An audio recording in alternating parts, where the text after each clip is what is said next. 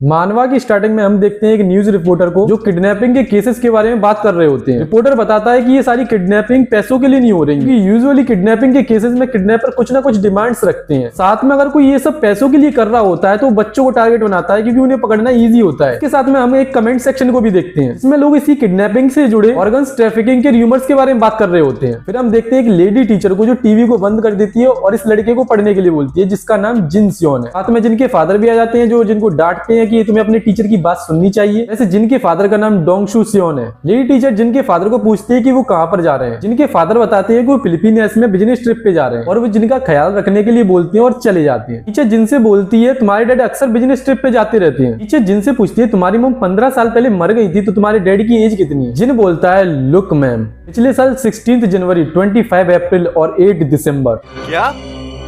ये क्या बक रहे हो मादरचोद। जिन बताता है कि ये वो डेट है जब उसके पापा बिजनेस ट्रिप पे गए थे। ये बोलकर जिन बाथरूम में चला जाता है, वहाँ एक पेंटिंग के पीछे से हैमर निकालता है, इस पर बैंडेजेस टाइप का कुछ लगा हुआ है। टीचर पूछती भी है ये कैसा साउंड था, लेकिन जिन बोलता है इट्स नथिंग और टीचर के पास आता है और उसका खोपड़ा फाड़ देता है। इसी के साथ जिन मन में बोलता है कि जिस दिन मेरे फादर बिजनेस ट्रिप पे जाते हैं उस दिन पड़ोस में से भी कोई गायब हो जाता है। फिर जिन उस हैमर को उस पेंटिंग के पीछे दोबारा छुपा देता है। फिर परछाई में हम एक आदमी को देखते हैं जो जिनको बिल्डिंग से फेंक देता है, लेकिन हमें पता चलता है ये तो सिर्फ एक ड्रीम था। जिन बोलता है सेम ड्रीम फिर से। मैं तुम्हें थोड़ा सा जिन के बारे में बता देता हूँ। जिन सियोन हमारी इस मानवा का मेन कैरेक्टर है। इनके साथ पास्ट में बहुत बड़ा एक्सीडेंट हो रखा है जो कि बिल्डिंग से गिरने की वजह से ही हुआ था, और इस एक्सीडेंट की वजह से जिनकी एक आंख गिलास की लगवानी पड़ी, उसके राइट हैंड के जॉइंट में नट्स लगे हुए हैं और उसके दिल की एक नली आर्टिफिशियल है। इसी वजह से वो ड्रीम उसे बार बार आता है। और हाँ, जिन्हें के हाई स्कूल स्टूडेंट है। अब चलते हैं स्टोरी पर। हम देखते हैं जिन को जो स्कूल जा रहा होता है उसको एक बैनर दिखाई देता है जो कि प्राइवेट टीचर के लिए होता है। जिन आसपास देखता है और उस बैनर को निकाल के फाड़ के फेंक देता है। फिर हम देखते हैं एक लड़के को जो एक बुजुर्ग आदमी से लड़ रहा होता है। वहां से जिनके फादर भी जा रहे होते हैं, इसलिए उन दोनों को समझाते हैं कि ये पब्लिक प्लेस है, तुम जैसे यंग लड़के को बुजुर्ग आदमी से ऐसे बात नहीं करनी चाहिए, क्योंकि कभी ना कभी तुम भी बूढ़े होगे। वो बूढ़ा आदमी बोलता है हाँ सही है, शायद तेरे पास पेरेंट्स नहीं है मैनर्स सिखाने के लिए। जिसे सुनकर वो लड़का भड़क जाता है और उसको पंच मारने वाला होता है, लेकिन बीच में जिनके फादर आ जाते हैं और वो पंच उनको लगता है। इतने अच्छे हैं जिनके फादर। फिर स्कूल में हम दो लड़कियों को बातें करते देखते हैं जो कि एक मिसिंग लड़की के बारे में बात कर रही होती है। इससे रिलेटेड उनके पास एक टेक्स्ट मैसेज भी आया होता है। जिन बोलता है मुझे ऐसा कभी टेक्स्ट मैसेज नहीं आया, वैसे भी कोई इसमें सरप्राइजिंग बात नहीं है क्योंकि मैं स्कूल में इनविजिबल सा आई हूँ। क्या बोल रहे हो, रिलेटेबल लग रहा है। फिर मैनीकिम नाम का लड़का उन लड़कियों को पीछे से पकड़ के बोलता है चिंता मत करो, तुम्हें कोई किडनैप नहीं करने वाला, स्पेशली तुम्हारे इन चेहरों को देख के। ये तो रोस्ट कर रहा है यार। जिस पर पेन आन बोलता है हाँ, जितनी भी लड़कियां मिसिंग हुई है वो काफी सुंदर थी, किडनैपर ने उन्हें मारने से पहले काफी मजे किए होंगे। लेकिन व्यू पार्क, जो भी इसका नाम है, हम इसे पार्क बोलेंगे, वो बोलता है मुझे ऐसा नहीं लगता क्योंकि न्यूज में बताया गया है उन लड़कियों के साथ कोई भी रेप की साइंस नहीं। पेन उसे कस के लात मारता है और बोलता है अगर मैंने बोला ये हुआ है तो हुआ है। फिर वो लोग वहां से जाने लगते हैं और पेन जिनसे बोलता है इसे बोल रहा है पिटना है क्या। पार्क जिनको एक टपली मारता है और उसे गिलास आई बोल के चढ़ाता है। साथ में वो दोनों लड़कियां भी जिनका मजाक उड़ाती हैं गिलास आई बोल के। जिन शाम को घर पे जा रहा होता है और रास्ते में देखता है पेन पार्क को पीट रहा होता है क्योंकि वो अपना वॉलेट घर पे बुलाया है। पेन बोलता है हमारी सिगरेट, शराब, इंटरनेट कैफे के पैसे तेरा बाप देगा। पार्क डरते हुए बोलता है मैं घर से अपना वॉलेट ले आता हूँ। लेकिन हमें क्या पता चलता है पार्क का वॉलेट जिनके पास है। जिनके पास से उसके फादर भी निकल रहे होते हैं जो उसे एक स्माइल भी देते हैं। उनके चेहरे पर एक बैंडेज भी लगी होती है क्योंकि उस लड़के ने पंच मारा था ना, उस वजह से। अपने फादर को देख के बोलता है मुझे नफरत है तुमसे। जिन अपने स्कूल को एक अजीब तरह से एक्सप्लेन करता है। जिन बोलता है हमारा स्कूल एक जंगल है, यानी कि मैं एक शेर है जो कि इस फूड चेन का हेड है, जो कि स्ट्रॉन्गेस्ट है, इसलिए वो मेरी तरफ देखता भी नहीं है। मैंने एक भेड़िया है जो डायरेक्टली तो मुझे हरास नहीं करता लेकिन कभी भी वो मुझे निकल सकता है। और पार्क एक लकड़ बग्गा है जिससे मुझे सबसे ज्यादा खतरा है। वो कायर मुझे टारगेट बनाता है क्योंकि मैं उससे कमजोर हूँ। और लास्ट में मैं जो कि एक रन की तरह हूँ जिसे कोई भी शिकार बना सकता है। फिर हम देखते हैं पार्क को जो जिनको कुत्ते की तरह पीट रहा होता है। वो बोलता है तूने ही मेरा वॉलेट चोरी किया था ना, तूने ये सब इसलिए किया था क्योंकि तुझे लगता है कि मैं मैनीकिम का स्लेव हूँ। जिन पिटते पिटते बेहोश हो जाता है। फिर हम देखते हैं एक लड़की को जो कि जिनको बचा लेती है। इस लड़की का नाम क्यून यून है जो स्कूल में नई आई है। इनको होश आता है और वो एक हॉस्पिटल में होता है। वहाँ पीटी टीचर होते हैं जो कि जिनको हॉस्पिटल लाए थे। वो पूछते हैं क्या हुआ था, तुम ऑलमोस्ट मरने वाले थे, तुम्हारे हार्ट की आर्टिफिशियल नली ने काम करना बंद कर दिया था, वो तो इस लड़की ने तुम्हें एम्बुलेंस बुला के बचा लिया। क्यून अपना इंट्रोडक्शन देती है, मेरा नाम क्यून यून है, तुम मुझे अपना सेवियर बोल सकते हो और मैं तुमसे ये एक्सपेक्ट कर रही हूँ कि तुम फ्यूचर में मेरी भी हेल्प करोगे। फिर पीटी टीचर के पास जिनके फादर का कॉल आता है। वो बताते हैं कि तुम्हारे फादर बस आने ही वाले हैं। जिन पूछता है कौन आने वाला है। पीटी टीचर बताती है तुम्हारे डैड बस पहुंचने वाले यहाँ पे। जिन क्यून से गुस्से में बोलता है निकल यहाँ से,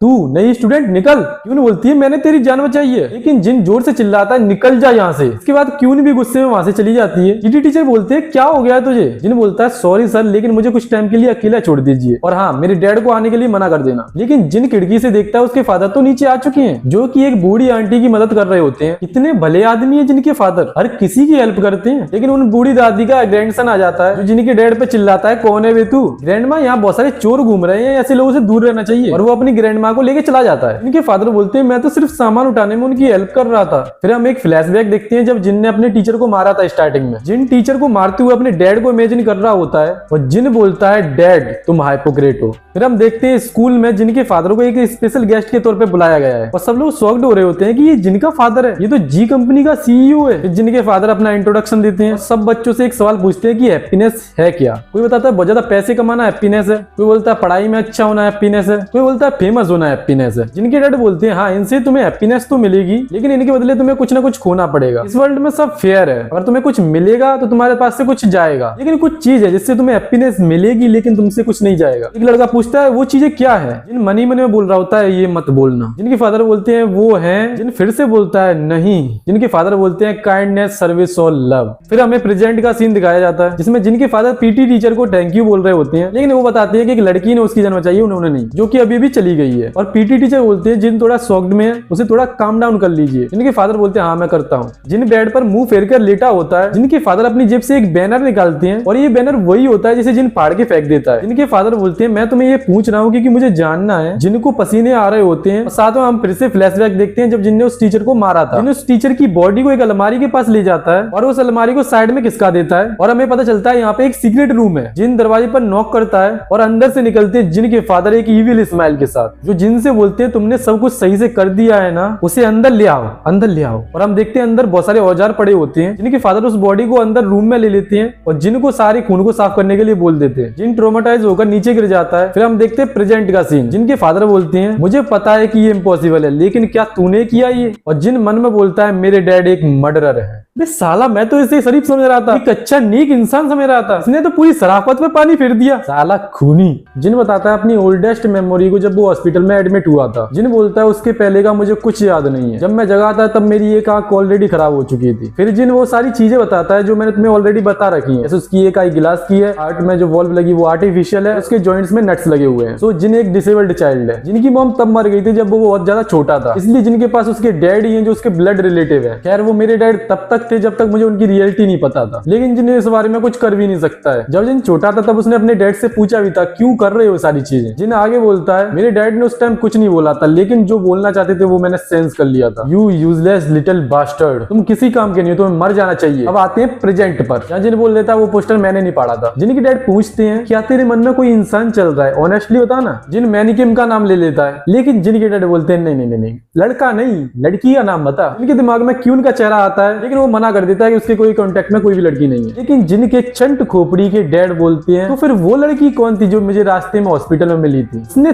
तेरे स्कूल की यूनिफॉर्म पहन रखी थी। और ये सब सुन के जिन बेचारा शॉक्ड। जिन चुपके से बोलता है तो क्या वो तुम्हारी न्यू टारगेट है? जिनके डैड बोलते हैं मुझे पता है वो लड़की तेरी मॉम की तरह लगती है, लेकिन जिन मनी मन में बोल रहा था वो बिल्कुल भी सेम नहीं है। जिनके डैड सॉरी डोंगसू, इसको डोंगसू बुलाएंगे, कोई जरूरत नहीं इसको इज्जत देने की। डोंगसू जिनसे पूछता है क्या ये वही लड़की थी जो न्यू आई है स्कूल में? जिन बोलता है नहीं नहीं बिल्कुल नहीं, ये वो नहीं है। डोंगसू बोलता है अच्छा मेरे को बेवकूफ बना रहा है। डोंगसू बोलता है मैं तेरा आज यहाँ से चेकआउट करवा लूंगा, तू आज घर जाएगा और कल स्कूल जाके उस लड़की को मेरे लिए ढूंढेगा, जिसके लंबे काले बाल हैं और उसकी हाइट अराउंड 5'3" है। साला जिराय सेंसी से इंस्पायर्ड है ये। डोंगसू आगे भी बताता है कि उसके बैग के पीछे एक कैरेक्टर लगा है जिसने रेड हुडी पहन रखी है, साथ में उसने ब्राउन कलर के नीट शूज भी पहन रखे हैं। डोंगसू बोलता है तुझे पैसों की जरूरत हो तो तुम मुझे बता देना और मैं काम पे जा रहा हूँ। जिन मन में बोलता है कि मेरे डैड एक मर्डरर है और मैं उनके साथ अकम्प्लिश हूँ। मतलब जिन डोंगसू का साथ देता है मर्डर करने के लिए, हाँ मन से नहीं, अगर वो साथ नहीं देगा तो उसे ही मार देगा वो। फिर हम एक पास्ट का सीन देखते हैं जिसमें जिन खो जाता है और एक लड़की उसकी मदद करती है। जिनका चिरौंडा बाप उसे छुपकर देख रहा होता है, बोलता है ये लड़की तो काफी काइंड है। फिर हम देखते हैं वहां से डोंगसू और जिन कार से जा रहे होते हैं, लेकिन पुलिस वाले उन्हें रोक लेते हैं। बोलता है मेरे बेटे को बुखार है इसलिए मुझे जाने दो, जिस वजह से पुलिस उन्हें ज्यादा चेक नहीं करती और जाने देती है। फिर डोंगसू बोलता है तुम उसे निकाल सकते हो। और इस घटिया आदमी ने जिनके पेट पर एक हॉट पैड रखा था ताकि लगे कि वो उसे बुखार है, पुलिस वालों से बचने के लिए, क्योंकि अगर किसी के साथ बच्चा है तो उस पर कोई शक नहीं करेगा कि वो मर्डरर है। जिन पुशअप्स लगा रहा होता है अपनी स्ट्रेंथ को बढ़ाने के लिए, और वो डंबल्स वगैरह भी ऑर्डर करने की सोचता है, लेकिन वो करता नहीं है। जिन बोलता है कि पुशअप्स की मुझे सबसे बात ये अच्छी लगती है कि इससे पता नहीं लगता कि एक्सरसाइज की गई है। अब अपने डैड से चुपकर एक्सरसाइज करता है। डोंगसू घर पर आता है और बोलता है, पापा तेरे घर पे आ चुके हो, तूने आया नहीं बोला है मुझे। डोंगसू गुस्से में पूछता है, क्या तूने वर्कआउट किया है? जिन फिर से झूठ बोल देता है, ऑफ कोर्स नॉट। जिन चुपकर एक्सरसाइज करता है, क्योंकि अगर वो एक्सरसाइज करेगा तो वो डोंगसू से ज्यादा स्ट्रॉन्ग बन जाएगा, और डोंगसू ऐसा नहीं होने देगा।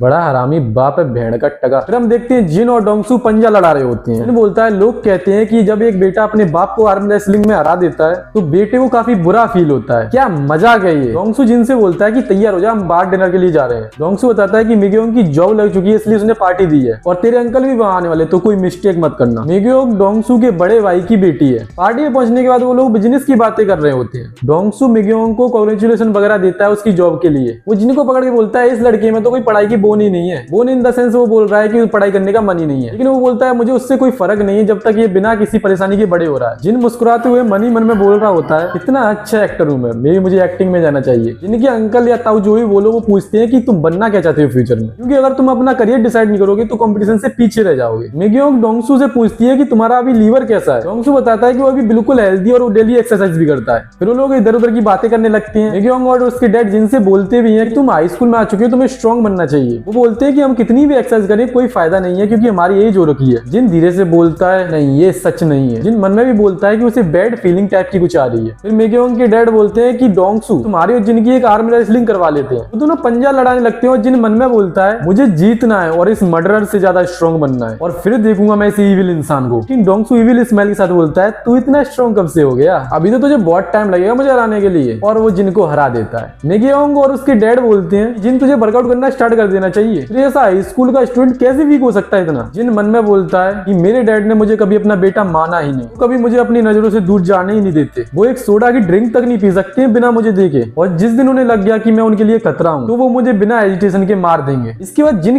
क्या क्या करेगा, वो कैसे इस ईविल से अपना छुटकारा पाएगा, वो सारी चीजें हम अगली वीडियो में डिस्कस करेंगे। इस मानवा के टोटल 97 चैप्टर्स हैं, जिसमें से सिर्फ मैंने 7 एक्सप्लेन किए हैं। अभी बहुत सारा माल मसाला, बहुत सारे ट्विस्ट बाकी हैं। तो अगर ये मानवा तुम्हें पसंद आ रही है तो कमेंट बता देना कि पार्ट 2 चाहिए कि नहीं चाहिए, और इन वीडियोस को भी चेक कर लेना भाई। मैं मिलूंगा तुमको नेक्स्ट वीडियो, तक के लिए बाय बाय।